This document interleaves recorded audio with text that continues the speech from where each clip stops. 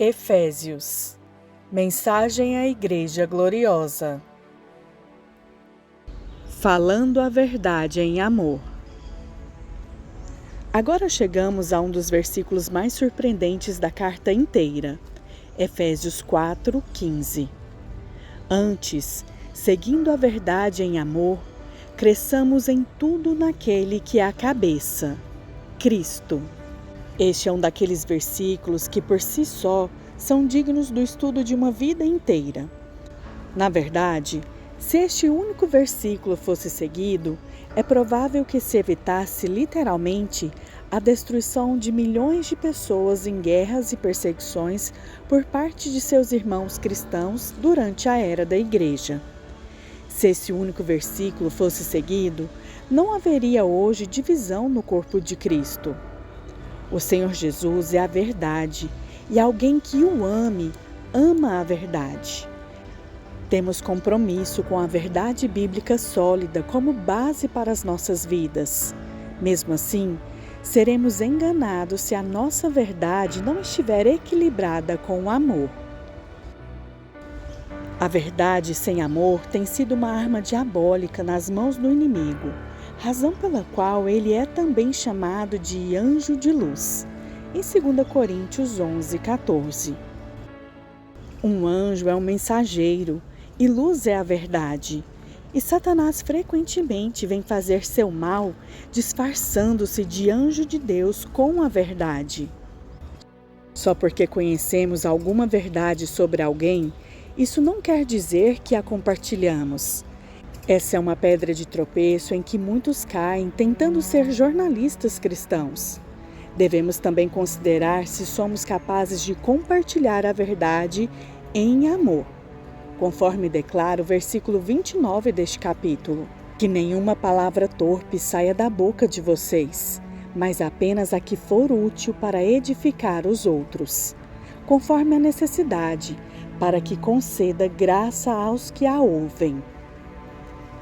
Toda palavra que sair da boca deve estar qualificada por este versículo.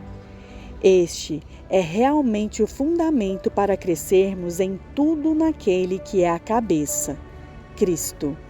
Lembre-se de que Ele é a palavra.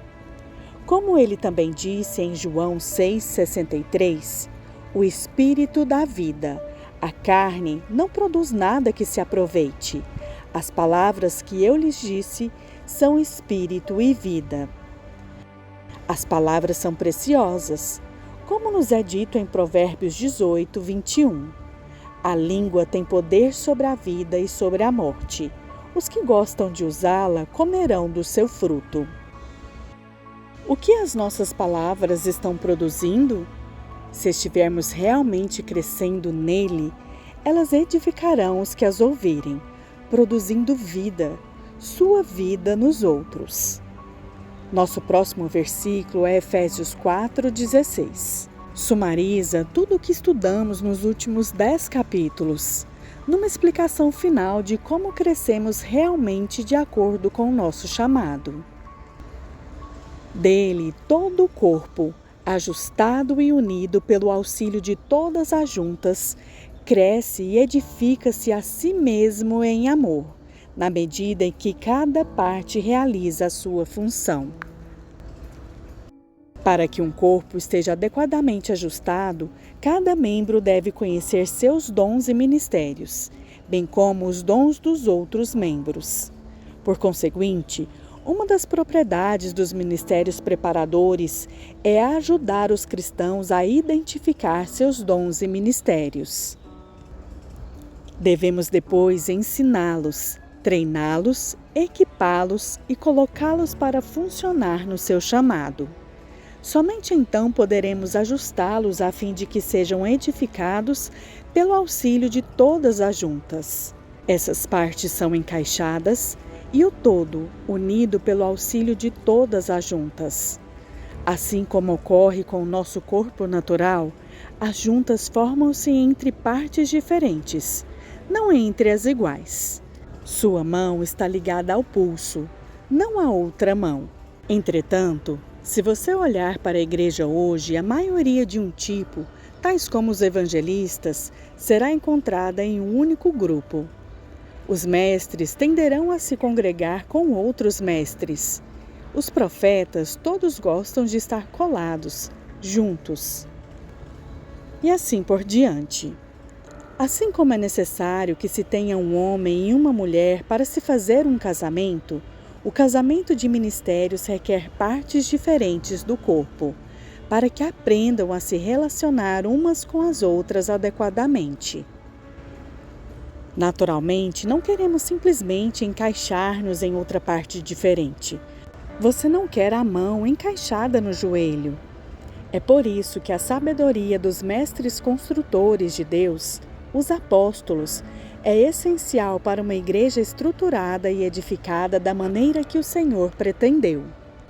Um dos dons mais importantes no corpo de Cristo hoje é aquele capaz de discernir quais partes do corpo são chamadas para se relacionar com as demais partes e de ajudar a estimular o intercâmbio para a edificação de um relacionamento sincero e duradouro.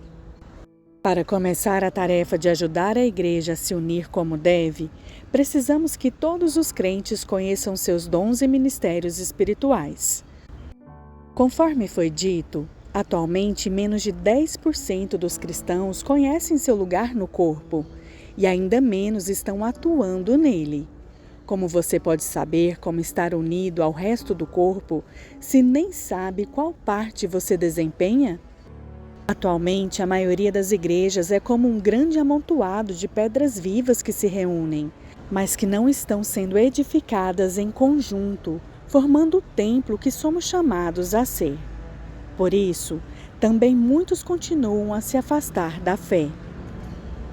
É fácil roubar uma pedra que está simplesmente numa pilha, mas uma vez tendo ela sido cimentada numa parede ou sala, não será levada com facilidade. Temos que confessar que a igreja atualmente está em uma situação de fraqueza deplorável.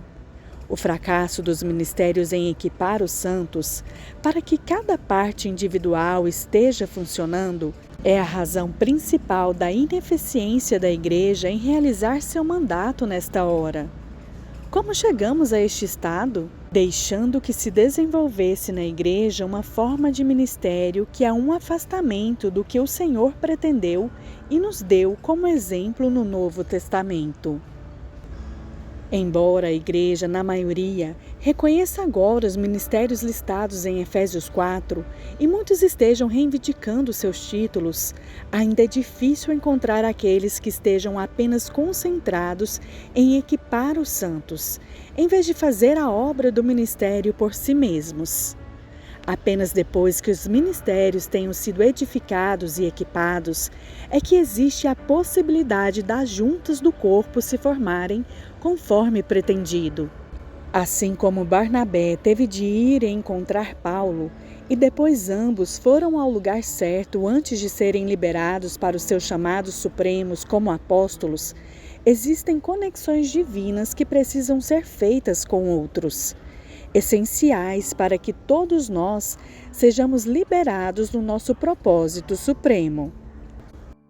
De acordo com o que se declara o nosso versículo, quando isso é seguido, o resultado é que cada parte realiza a sua função, e o corpo cresce e edifica-se a si mesmo em amor. Grande parte da presente falta de amor e devoção na edificação de uns com os outros deve-se à frustração. Pelo menos 90% dos cristãos percebem que têm um chamado, mas não o identificaram ou não conseguem operar na presente forma de vida na igreja. Este fato gera uma insegurança encontrada na raiz de muitas divisões, bem como em outros problemas da igreja.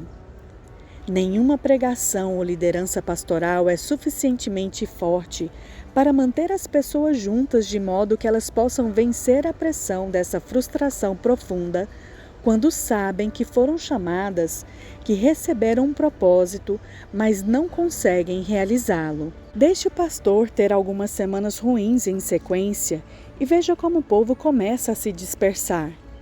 Essa pressão está não apenas matando muitos pastores, mas também matando o povo.